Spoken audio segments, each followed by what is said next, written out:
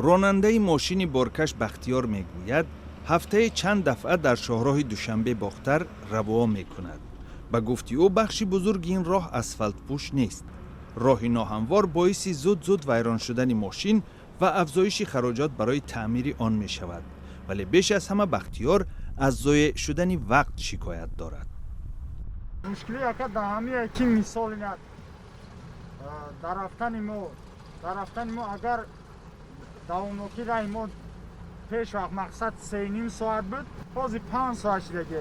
رانندگان دیگر هم شکایت دارند که رفت و آمد در شاهراه دوشنبه باختر باعث ویران شدن ماشین‌هایشان می شود.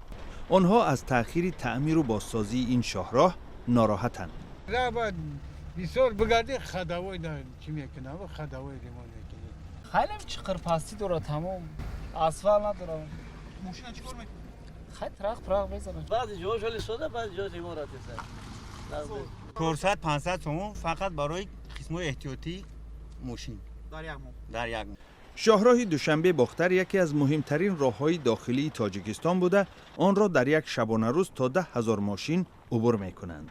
طبق نقشه تیر ماه سال روان می بایست مرحله اول این لایحه به پایان می رسید و 33 کیلومتر این شاهراه برابر به 82 کیلومتر اسفالت پوش می شد. اصلاً وزارت نقلیات تاجیکستان تصمیم دارد که تا سال 2022 تعمیر و بازسازی شاهراه را تکمیل نماید. سرمایه‌گذاری مرحله اول این طرح را بانک آسیایی رشد بر عهده گرفته بود. از سبب سرایت کرونا ویروس متخصصان چینی نمی توانند به تاجیکستان آمده کار را ادامه دهند.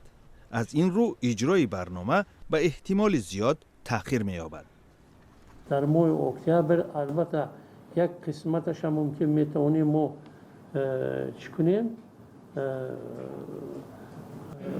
تیار کنیم.